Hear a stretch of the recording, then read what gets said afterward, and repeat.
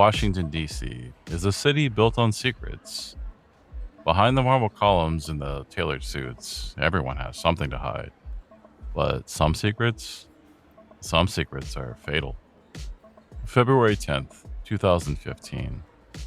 The Donovan Hotel in Thomas Circle. It's a sleek, trendy spot, the kind of place where the city's power players go to unwind. But on the fourth floor, behind the heavy door of room 400, the silence is deafening. When housekeeping stepped inside, they weren't greeted by an unmade bed or empty room service trays. They were greeted with a nightmare. 30-year-old David Messerschmitt, a brilliant, successful married Capitol Hill lawyer, was dead. He had been brutally stabbed, leaving behind a pristine public reputation and a hidden digital trail that was about to blow his entire world wide open. A burner email, a Craigslist trap, and a stranger waiting in the shadows with zip ties and a blade. Sometimes, the life you build in the light is no match for the things you chase in the dark.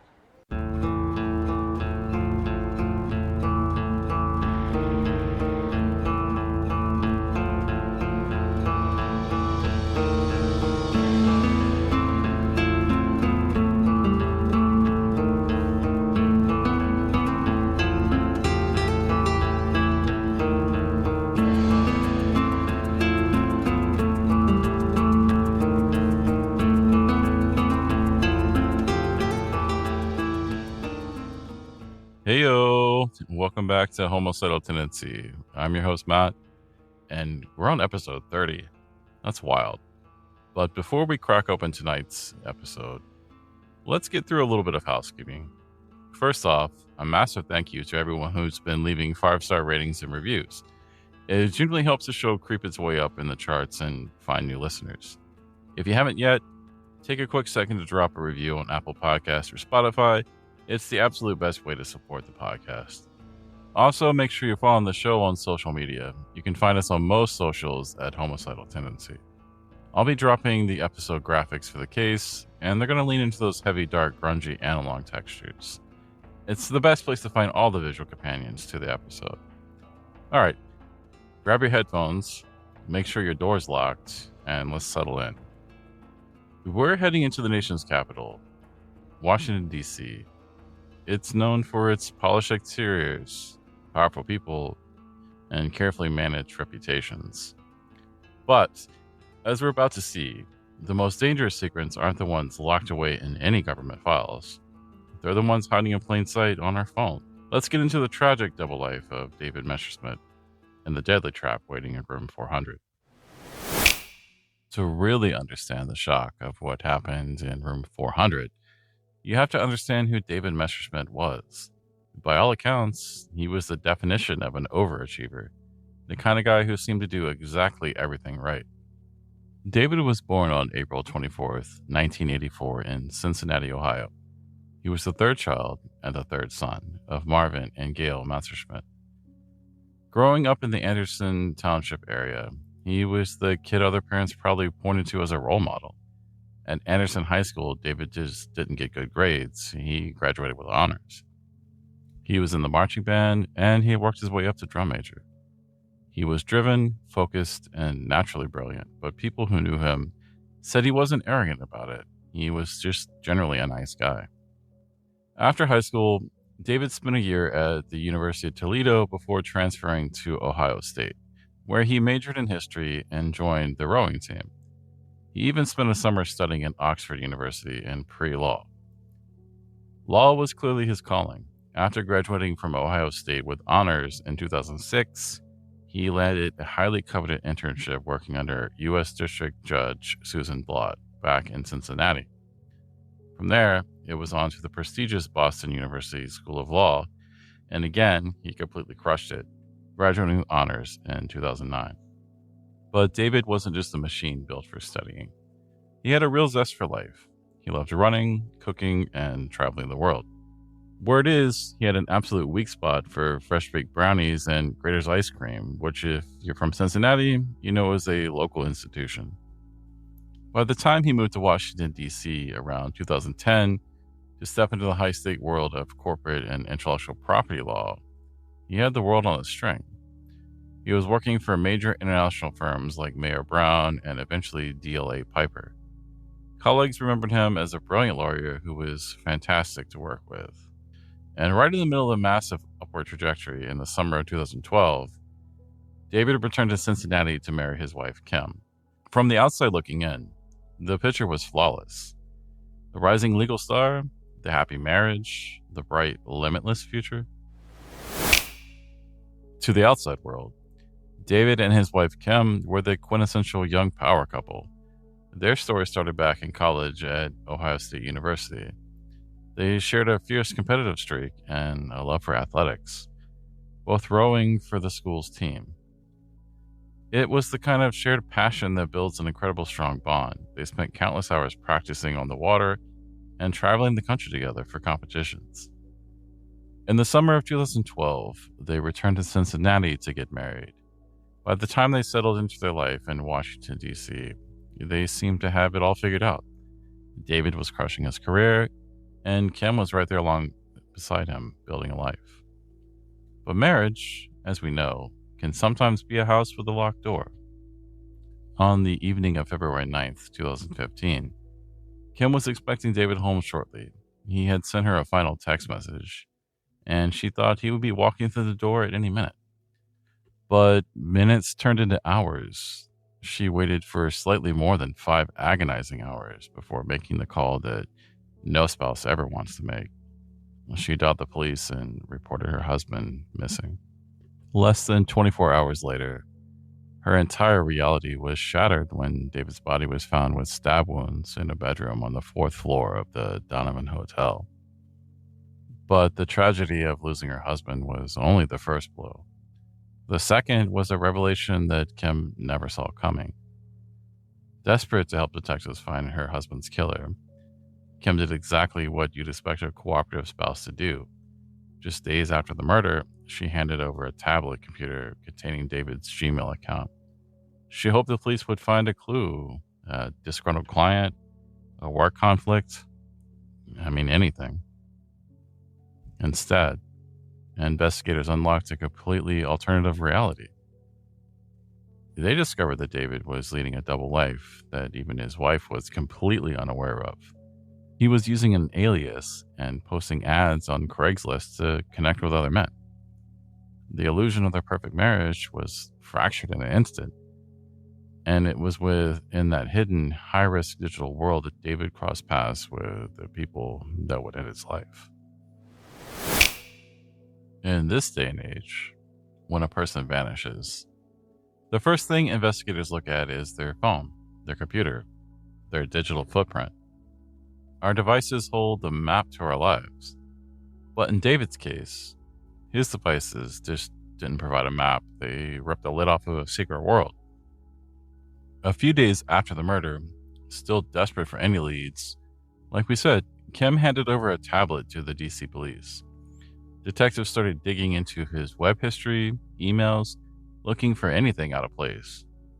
What they found completely changed the trajectory of the investigation. David Messerschmitt had constructed a meticulous hidden digital double life. Detectives uncovered an alternate email address that he had set up, dcguy456 at Gmail, and connected to that email was a Google Voice number. And using that email and number, David was operating under an alias of Matt Smith. Now, when this information came out, the media and the public immediately started asking questions about David's sexuality. Was he gay? Was he bisexual? Was he just exploring? The truth is, because how this story ends, David never got a chance to define his own identity or tell his own story. What the police records and digital footprints did confirm was his behavior. For an undetermined amount of time, David had been actively seeking out sexual encounters with other men. Investigators discovered that Matt Smith had a profile on Grindr, the all-male social networking app. It's used for dating and hookups if you don't know what Grindr is. But Grindr wasn't his only outlet.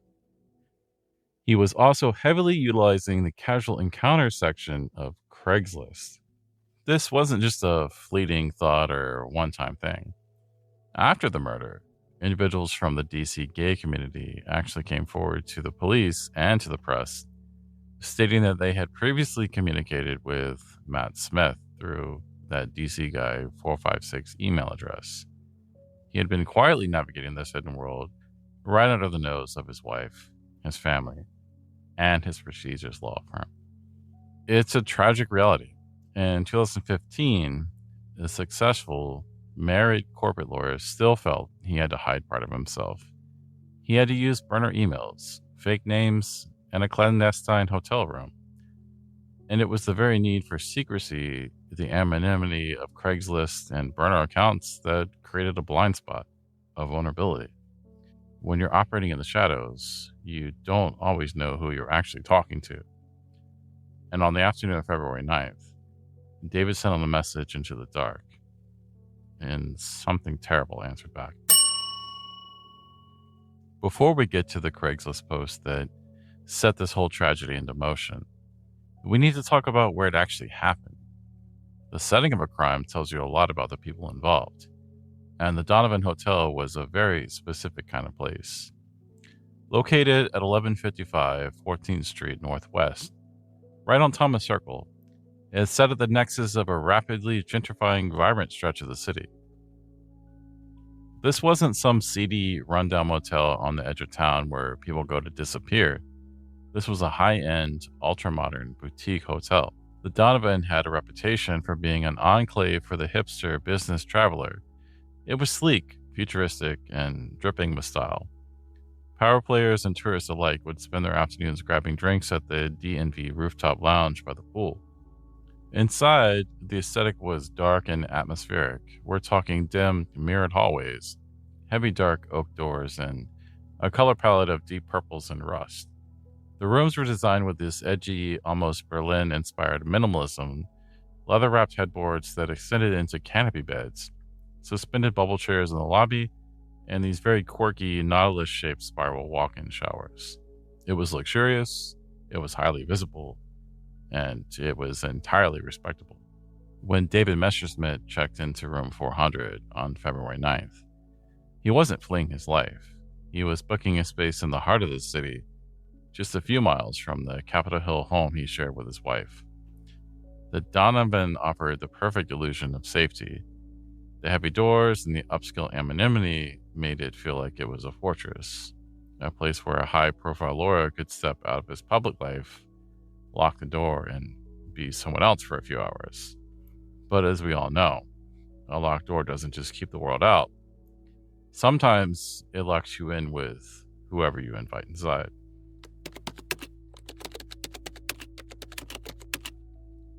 It's the afternoon of February 9th, 2015. David is operating on a tight schedule. He's a lawyer. His life is divided into billable hours, meetings, and strict timelines. He has a wife waiting for him back in his Capitol Hill home, and he's already sent a text letting her know that he'll be home later that evening. But first, he carves out a narrow window for his other life. David logs on to Craigslist. Back in 2015, before the site shut down its personal ads, the casual encounters section was the Wild West of the internet. It was a place where people could post completely anonymous solicitations, often arranging meetups within hours or even minutes.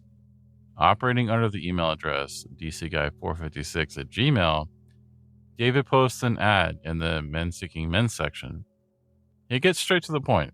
He says he's looking for a guy to come meet him at a downtown hotel for a quick hookup. And he sets a very specific time frame. He tells any potential respondents that he'll be waiting in his room between 7 and 7:30. After that window closes, David Messerschmitt goes back to being a devoted husband. But it doesn't take long for the bait to get a bite.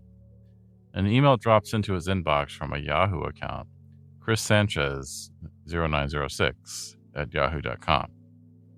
Chris Sanchez is interested. The two of them start messaging back and forth, ironing out the details. Chris agrees to the time frame. David gives him the address of the Donovan Hotel. He tells him to come up to the 4th floor, room 400. Think about what's going through David's mind in those moments. He's in this ultra-modern high-end hotel, the door's locked, and he successfully managed the two halves of his life again. He's looking at the clock, waiting for 7 p.m. to roll around. He thinks he knows who's going to be on the other side of the door, a guy named Chris, looking for the exact same anonymous strings-free encounter that he is. But there's the terrifying reality of the internet. You can read a name on the screen. You can read the words they type. But until that door actually opens, you have absolutely no idea who's going to be standing on the other side.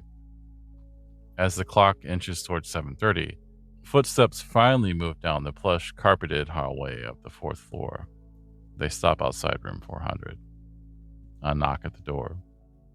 David walks over and turns the handle. But the person standing in the hallway isn't Chris Sanchez. When David Messerschmitt opened the heavy door, he was not greeted by Chris Sanchez. There was no Chris Sanchez. Standing in the dimly lit hallway was a 21-year-old woman named Jamyra Gallmon. And she hadn't come to the Donovan Hotel for a hookup. She had come for a shakedown. To understand how Gallmon ended up at David's door, we have to look at the anatomy of the trap. Jamyra Gallmon and her 19-year-old girlfriend, Dominique Johnson, shared an apartment in Southeast D.C. They were not hardened career criminals. In fact, Gallmon had no prior criminal record. But in February 2015, they were broke, and they needed cash fast. They didn't want to rob a liquor store or mug someone on the street. They wanted a target who wouldn't fight back, and more importantly, a target who wouldn't dare to call the police at all. They realized that the casual encounters section of Craigslist was essentially a hunting ground filled with vulnerable prey. If they targeted a man seeking a secret, anonymous same-sex hookup, especially if he was married or in the closet, they figured he would be way too terrified to even report it to the police. After securing the time slot with David under the Chris Sanchez alias, the two women made a pit stop. They walked into a CVS pharmacy. They walked down the hardware aisle and they purchased a pack of plastic zip ties. The plan was cold and straightforward. Gallmon would walk into the hotel room. She would overpower David, use the zip ties to bind his hands, strip him of his cash, his phone, credit cards, and walk right out. He'd be left tied up, humiliated, and entirely unwilling to explain to the police and his wife why he was bound in a hotel room he rented for a Craigslist hookup. At 7:44 p.m., just minutes after David's window of time was supposed to close, security cameras in the Donovan Hotel lobby captured Gallmon walking through the doors. She was wearing a dark, hooded jacket pulled up tight to obscure her face from the cameras. She kept her head down. She looked like anyone else trying to avoid the winter chill.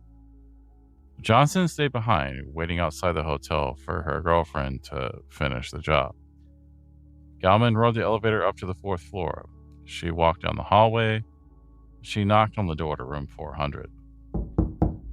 When you plan a robbery based on a psychological profile, you're betting everything on human behavior. Gallmon bet that a closeted man in a hotel room would freeze, submit, and hand over his wallet to protect his secret. But David Messerschmitt was a 30-year-old former athlete. He was a rower, and he was in good shape. And when a stranger stepped into his hotel room and pulled a folding knife, the instinct to protect his secret was instantly overridden by the primal instinct to survive. According to Gallmon's own confession later on, she stepped into the room and made her intentions clear. She produced the zip ties, and she wanted him to be bound. She wanted his valuables. But David refused to comply. He lunged at her. What happened next wasn't clean. It wasn't a silent robbery. It was a chaotic, desperate struggle for life in a confined space.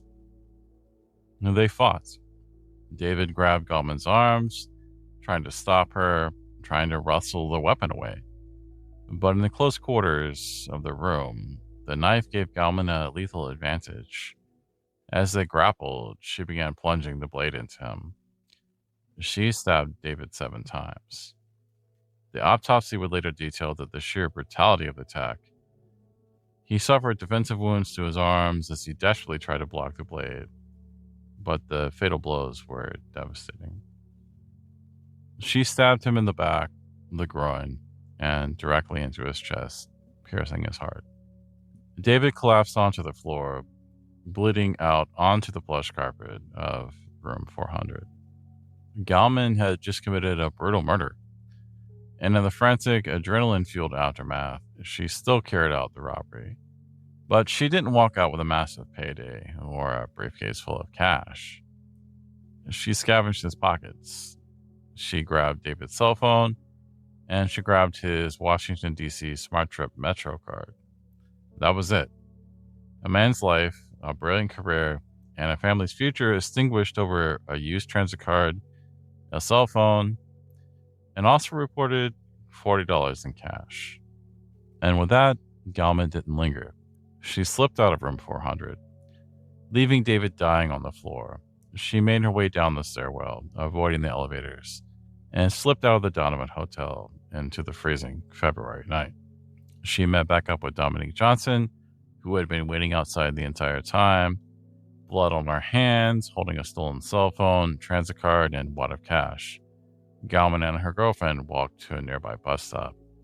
They boarded the bus, rode it back to their apartments, and went on with their lives. But back at the Donovan, it would be hours before housekeeping would turn the lock and realize that polished, high-end illusion of the hotel had been completely shattered.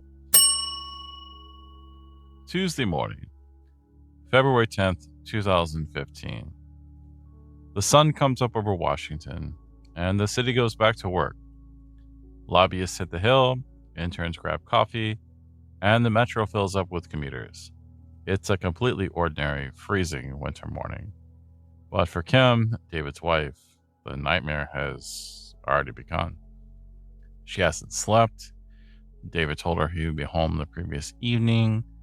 By 2 a.m., the panic had fully set in. Well, she had paced the floors, calling his phone over and over again, only to get voicemail. And finally, she made the call to the police department to report him missing. At that point, the police treated it like a standard missing adult case. There was no immediate evidence of foul play. Maybe he had a breakdown. Maybe there was an accident. They started running his name, trying to find a hospital admission or a traffic report. But they didn't know they needed to be looking at the Donovan Hotel. A few miles away from David's home, the Donovan Hotel was waking up. The guests were packing their bags, grabbing their breakfast at the restaurant downstairs, and heading out to catch flights or making morning meetings.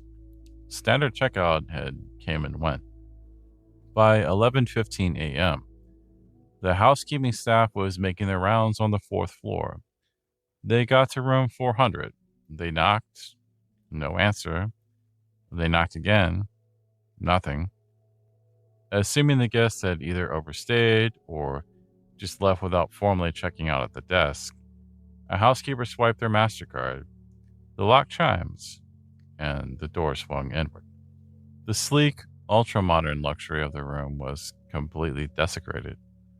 There was blood on the floor, and lying on the plush carpet was the body of David Messerschmitt. The housekeeper backed out, terrified, and the hotel immediately went into lockdown. Within minutes, the D.C. police descended on the Thomas Circle Hotel. The sirens wailed, squad cars blocked off the street, and crime scene tape was strung across the sleek, minimalist lobby of the Donovan. When homicide detectives stepped into room 400, they could immediately read the violence of the scene. This wasn't a clean, targeted hit. It was frantic, a brutal struggle. The room showed clear signs of a fight, and David's body bore the horrific evidence of it. 7 stab wounds, defensive cuts on his arms. But as crime scene investigators started bagging evidence and dusting for fingerprints, they quickly realized something else. He wasn't registered under his own name. He had booked the room under an alias. It took time for detectives to connect the body in room 400 to the missing persons report filed by Kim just 9 hours earlier. When they finally made the connection, the detectives had to make the drive to Capitol Hill. They had to knock on Kim's door and deliver the news that her husband wasn't just missing, he had been slaughtered in a hotel room across town. As the shockwaves of David's death hit his family, his law firm, and the local news, the investigators were left standing in the room with a ghost. They had a body, they had a bloody hotel room, but they had absolutely no idea who had walked through the door the night before. The trail was already cold, but the killers had taken a souvenir, and that souvenir was about to become a digital ticking time bomb. In the days immediately following the murder, the investigation into David's death had hit a wall. The crime scene in room 400 was chaotic, but it didn't hand the detectives an easy answer. So, the police department did what they always do when they have a ghost on their hands, and they looked at the videotape. Detectives pulled the security footage from the Donovan Hotel, and they found her. At 7:44 p.m. on the night of the murder, the cameras caught a figure walking through the sleek lobby, heading towards the elevators, but the footage was frustratingly ambiguous. The person was heavily bundled up against the February cold, wearing a dark hooded jacket pulled tight around their face. They kept their head down, avoiding the camera's gaze. The police released the footage to the public, hoping someone would recognize the walk, the jacket, anything. But the tips that came in led nowhere. The figure in the video remained a shadow. While the public was staring at a blurry figure on the evening news, the real breakthrough was happening quietly in the digital realm. Remember the tablet that Kim handed over to the police? That was the skeleton key. Once investigators unlocked David's alternative life as Matt Smith and found the DC Guy 456 email, they had a direct line to the killer. They found the Craigslist ad, and more importantly, they found the response from Chris Sanchez 0906. Detectives immediately fired off subpoenas to Yahoo, demanding the account information, the IP addresses, and the digital footprint tied to Chris Sanchez. But tech companies take time to process those requests, and IP addresses can be masked or routed through public Wi-Fi. The digital hunt was progressing, but it's slow. But Jamyra Gallmon and Dominique Johnson made a fatal mistake. A mistake so incredibly reckless it almost defies belief. When Gallmon fled room 400, she took David's cell phone, which likely got powered down and ditched, but she took his Washington D.C. Smart Trip Metro card. Now, if you've ever lived in a major city, you know how these work. It's a plastic transit card you load with money and tap at the turnstiles. What most people don't think about is that every single time you tap that card, the system logs it.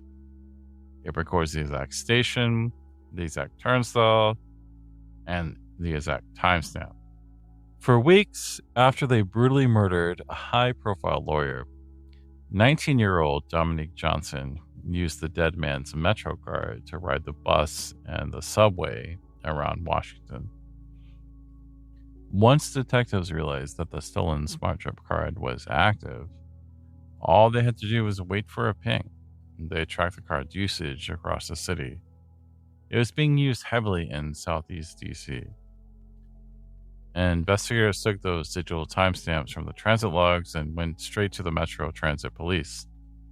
They pulled the high-definition surveillance footage from the specific subway stations and the specific busways at the exact moments David's car was being used.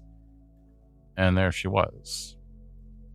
No hood pulled tight, no shadow covering her face.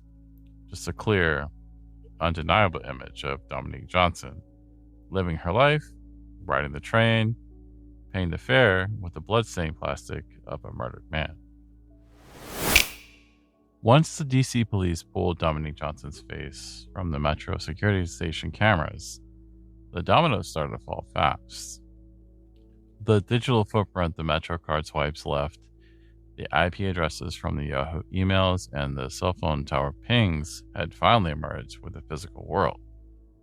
Detectives didn't just have a grainy image of a figure in a hooded jacket anymore. They had a name. And once they had Dominique Johnson's name, it took almost no time to figure out who she lived with in D.C. Her 21-year-old girlfriend, Jamyra Gallmon. When investigators pulled Gallmon's ID photo, they looked back at the surveillance footage from the Donovan Hotel lobby. The height, the build, the profile under the dark hood, it was a match. The net was officially closed. On April 1st, 2015, almost 2 months after David Messerschmitt bled to death on the floor of room 400, the police department had moved in. They arrested Jamyra Gallmon and brought her into the interrogation room. Now, a lot of killers, especially those who plan on a trap, will sit in that room and lie until their teeth fall out. They'll deny that they were ever there. They'll ask for a lawyer. But Gallmon wasn't a hardened criminal. She didn't have a record. The weight of what she had done, combined with the absolute mountain of digital and physical evidence that detectives slapped down on the table, it broke her. She waived her Miranda rights and confessed to everything. Gallmon would walk the detectives through the entire chilling plot. She admitted that she was the one behind the Chris Sanchez Yahoo email account. She admitted that she and Dominique had specifically targeted the men seeking men section of Craigslist because they believed the victims would be too scared of being outed to call the cops. Gallmon claimed the murder was never the plan. She insisted that she only brought the folding knife to intimidate David to force him to comply so she could zip tie his hands and empty his pockets. But she told the detectives that David fought back. When he grabbed her arms and tried to disarm her, she panicked. She says she closed her eyes and just started stabbing. She admitted to stealing his cell phone and the MetroCard. She admitted to fleeing down the stairs and meeting Dominique outside. A week later, on April 8th, the police went back to Southeast D.C. and arrested 19-year-old Dominique Johnson. Johnson hadn't held the knife. She hadn't been inside the Donovan Hotel, but she had helped hatch the plot. She had waited outside as the getaway partner, and she had carelessly used the dead man's transit card for weeks after. Both women were now in custody. The mystery of the Donovan Hotel murder was solved. But as the case moved from the interrogation room to the courtroom, the sheer senselessness of the crime would leave the judge, the prosecutors, and David's family completely devastated.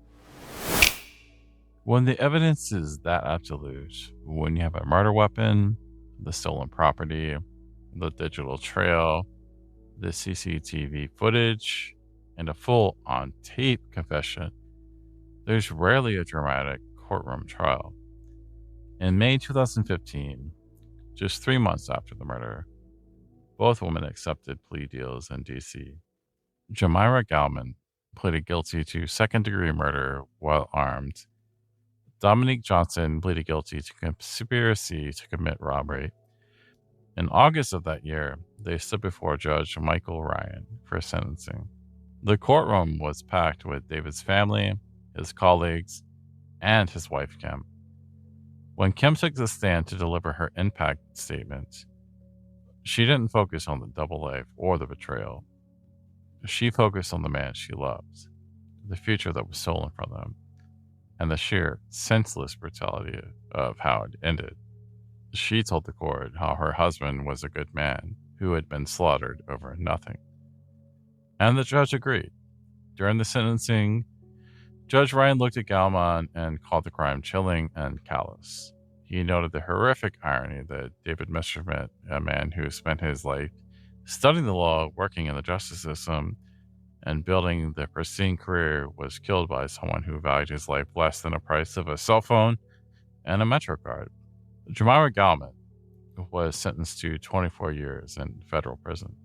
Dominique Johnson, who had waited outside and later used a stolen transit card, was sentenced to 1 year, with 6 months suspended on the condition of probation. She essentially served 6 months for helping set the trap that ended the man's life.